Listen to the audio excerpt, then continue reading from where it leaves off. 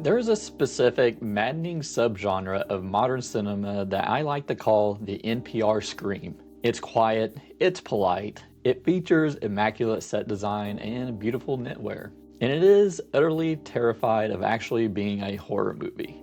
Rabbit Trap isn't just a member of this club, it is the president. I wanted to love this. On paper, we have the incredible Dev Patel, a 1976 period setting and the rich, terrifying folklore of the Welsh Tylwyth Teg. It has all the ingredients of a folk horror classic. Instead, what we got is a film that is just so high on its own supply of atmospheric dread that it completely forgets to be interesting. This is the culmination of everything wrong with the elevated horror label. A movie that poses postures and broods for 2 hours, mistaking silence for profundity and boredom for tension. Visually, the film is undeniable. Director Bryn Chaney captures the grainy, washed-out 1970s aesthetic perfectly. It feels damp, cold, and isolated. The sound design is a masterclass in wind howling through cracks and floorboards creaking. But vibes are a seasoning, not a meal. And under this gorgeous, moss-covered exterior lies a hollow, tedious vacuum. I'm going to save you the price of a ticket and, more importantly, 90 minutes of your life. We're going to talk about why great acting can't save a script that refuses to move, and why trauma is not a substitute for a plot. It is 1976, so we follow Darcy and Daphne Davenport, played by Dev Patel and Rosy McEwen. Like 90% of couples in horror movies, they are fractured, carrying the weight of unspoken baggage. And they decide the best way to fix their crumbling emotional state is to isolate themselves in a drafty cabin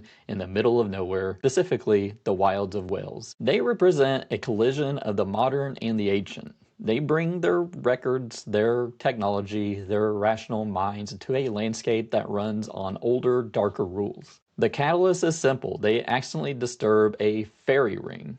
Not the Tinkerbell kind, but Tylwyth Teg, the ancient Welsh spirits that are less about pixie dust and more about malice and theft. Shortly after the disturbance, a mysterious child appears at their cabin.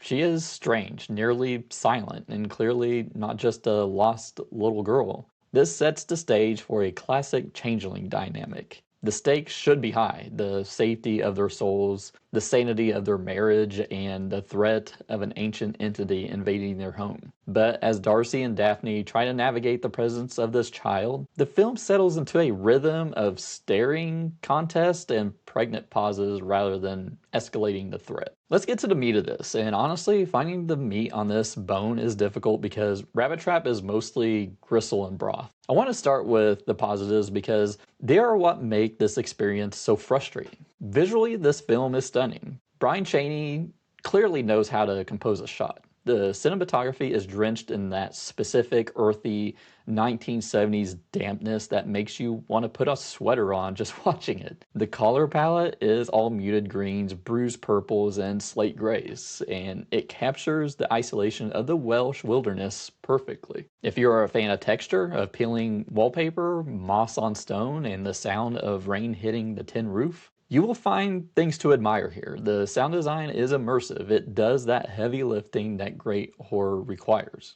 creating a soundscape where every snap of a twig feels like a gunshot. But here's the problem: a vibe is not a movie. Rabbit Trap is the ultimate example of elevated horror jumping the shark. It is so concerned with being profound, so obsessed with being a meditation on grief and marital strife, that it forgets to be a horror movie. It feels like a film that is looking down its nose at the genre, refusing to indulge in the cheap scares, but failing to replace them with anything intellectual. It is folk horror smelling its own farts, convinced that a long shot of a tree is deeper than it actually is. It is physically painful to watch Dev Patel in this.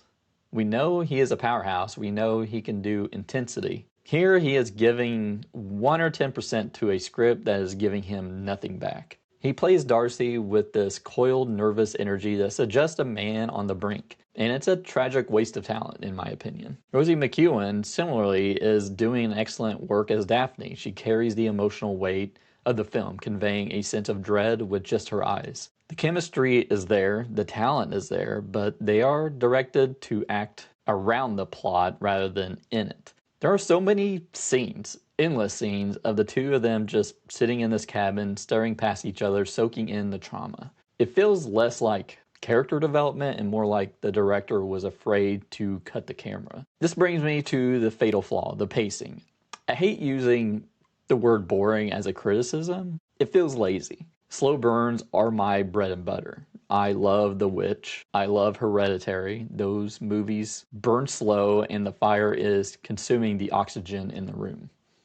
Rabbit Trap isn't a slow burn, it's a wet match. The movie checks in at a standard runtime, but it feels 3 hours long. You find yourself checking your watch, not because the tension is unbearable, but because nothing is happening. We get the creepy kid trope, the mysterious child with the 1,000-yard stare. We get the folk horror trope, the ancient local legends, but instead of escalating, the movie spins its wheels. There was a sequence in the second act where the couple is trying to figure out what the child wants. In a better movie, this would be a game of cat and mouse, a terrifying investigation. In Rabbit Trap, it plays out as a series of moody tableaus. It relies so heavily on the idea of the Tylwyth Teg, these terrifying fair folk, but it retreats them as a metaphor first and a monster second. By the time the movie decides to actually do something, you've likely checked out mentally. The film tries to lean into that isolation horror, isolated in Wales, though it hits the same beats as those trauma